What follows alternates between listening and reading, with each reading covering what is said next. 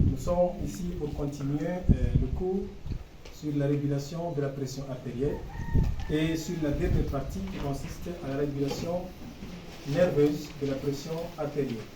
Et donc, ici, l'élève doit comprendre tout simplement que le circuit est celui d'un arc réflexe. Il y a des organes récepteurs, il y a des organes conducteurs, il y a des centres et vous avez des organes effecteurs. Alors, dans le cas d'un arc réflexe, il nous faut des stimulateurs. Par exemple, dans le cas d'un réflexe rotulien, on avait percuté le rotule par un stimulateur. Mais ici, dans notre cas de la régulation de la pression artérielle, ici, il n'y a pas de stimulateur, mais le seul stimulateur ici caractérise soit l'augmentation de la pression artérielle, soit une diminution de la pression artérielle. Et donc, nous allons voir deux cas, le cas d'une hypotension et le cas d'une hypertension. Et donc, ici, dans le cas d'une hypertension, si vous avez une augmentation de la pression artérielle, une hypertension, les organes récepteurs sont appelés les barorécepteurs. Les barorécepteurs, vous avez un barorécepteur qui se trouve sur le sinus carotidien et un barorécepteur qui se trouve sur la crosse aortique. Donc, lorsque la pression artérielle augmente, il y a stimulation des barorécepteurs sino-aortiques qui vont envoyer un message au niveau des centres. Alors, l'augmentation de la pression artérielle consiste à une stimulation des barorécepteurs. Les barorécepteurs sino-aortiques vont envoyer le message nerveux vers ce qu'on appelle un centre bulbaire. Donc le centre ici, c'est le centre bulbaire. Donc l'arrivée ou bien la stimulation des barorécepteurs crée un message nerveux. Ce message nerveux va se propager jusqu'au niveau d'un centre bulbaire à partir des nerfs sciatiques sensitifs appelés nerfs de Hering, nerf de Hering et nerf de Sion.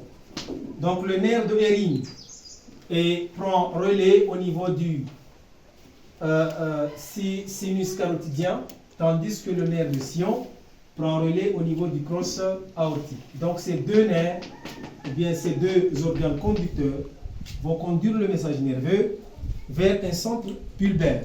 Donc ce sont les deux nerfs qui apportent le message créé au niveau des barorécepteurs vers le centre bulbaire.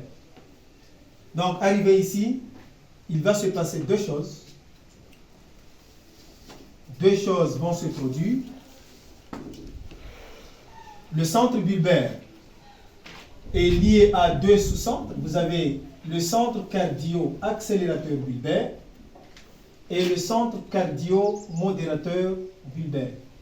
Alors, l'arrivée des messages nerveux au niveau du centre bulbaire, issu d'une augmentation de la pression artérielle, va exciter, donc le plus veut dire excitation, va exciter le centre cardio-modérateur bulbaire et l'excitation du centre cardio-modérateur bulbaire va envoyer un message par le biais du nerf 10. Donc le nerf 10 représente un nerf sciatique moteur. C'est le nerf qui apporte le message nerveux vers le cœur. Donc une fois excité, le centre cardio-modérateur bulbaire, à travers le nerf 10, va imposer au niveau du cœur ce qu'on appelle une bradycardie. Une bradycardie. Alors, en contrepartie, il va y avoir une inhibition, c'est-à-dire un moins du centre cardio-accélérateur médulaire qui est lié à la moelle épinière. Et donc l'inhibition du centre cardio-accélérateur médulaire va encore inhiber. Ici vous avez une inhibition tout d'abord du centre cardio-accélérateur bulbaire qui va encore inhiber le centre cardio-accélérateur médulaire. Et donc ce centre qui est inhibé, donc vous aurez quoi? Ici vous avez le nerf orthosympathique. Donc une fois ce centre inhibé, il va imposer au niveau des artères une vasodilatation. Va créer une vasodilatation car ce nerf ne serait pas contracté, plutôt les artères ne seront pas contractées, un muscle qui se relâche augmente ses diamètres et un muscle qui se contracte diminue ses diamètres. Donc l'inhibition du centre cardio-accélérateur médulaire lié à la moelle épinière va imposer au niveau des vaisseaux une vasodilatation. Et la bradycardie entraîne quoi? Entraîne une augmentation, une diminution plutôt de la pression artérielle, et la vasodilatation entraîne aussi une diminution de la pression artérielle. Et donc, ce qui fait que une augmentation de la pression artérielle est régulée par une diminution de la pression artérielle. Donc, les barorécepteurs, une fois excités, vont envoyer les messages nerveux à travers un centre bulbaire par les nerfs de Hering et les nerfs de Sion. Donc, il va se passer deux choses. Excitation du centre cardio-modérateur bulbaire qui va imposer au niveau du cœur, à travers le nerf 10, une bradycardie, donc une diminution de la pression artérielle. L'autre sous-centre sera inhibé, le centre cardio-accélérateur bulbaire, donc qui est lié au centre cardio-accélérateur médulaire.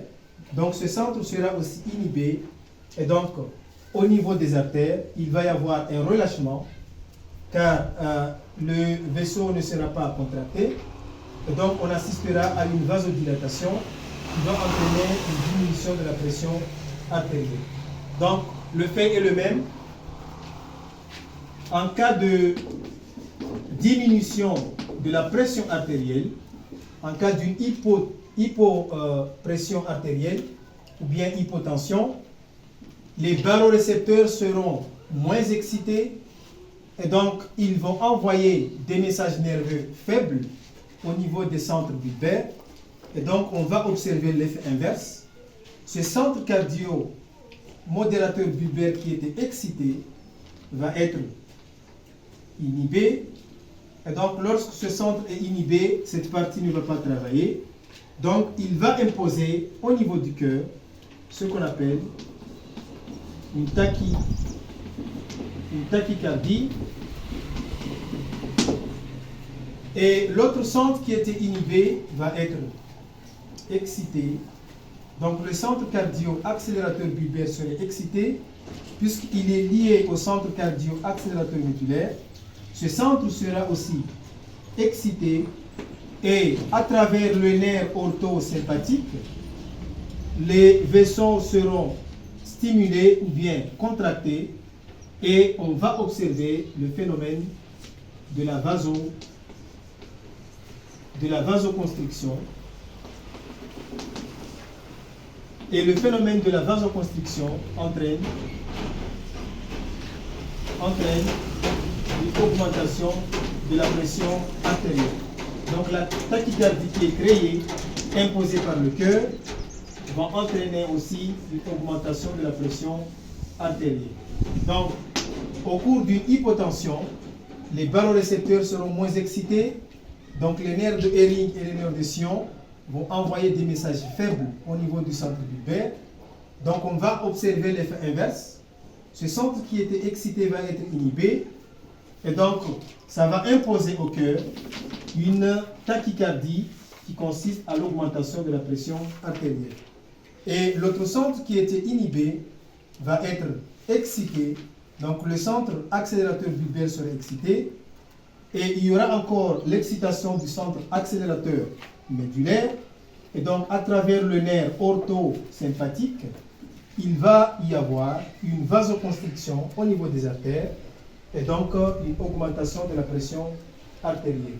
Donc une hypotension est régulée par une augmentation de la pression artérielle et une hypertension est régulée par une augmentation, une diminution plutôt de la pression artérielle. Donc le système composé par les nerfs de Hering, les nerfs de Sion et le nerf 10 est appelé un système parasympathique et le système qui est lié avec la chaîne ganglionnaire est appelé un système orthosympathique. Alors dans tous les sens, une augmentation de la pression ou une diminution de la pression sont régulées au niveau du cœur ou au niveau des artères, soit par une bradycardie, soit par une tachycardie, ou bien une vasodilatation ou une vasoconstriction. Et donc, à retenir que l'augmentation, si la pression artérielle augmente et reste constante, on parlera des maladies d'hypertension. Et lorsque la pression artérielle diminue et reste constante, on parlera des maladies d'hypotension. Ah, donc, le circuit ici, il s'agit d'un circuit d'un arc réflexe. Vous avez des organes récepteurs qui sont les barorécepteurs. Vous avez les organes conducteurs appelés nerfs sciatiques sensitifs qui sont le nerf de Hering et le nerf de Sion. Vous avez un centre qui est le centre bulbaire et les organes effecteurs sont le cœur et les artérioles. Ce sont le cœur et les artérioles qui constituent les organes effecteurs. Donc c'était tout. La fin du chapitre en fait qui consiste à observer les mécanismes régulateurs de la pression artérielle. Donc, on vous remercie. Passez bonne journée, c'est la fin du chapitre.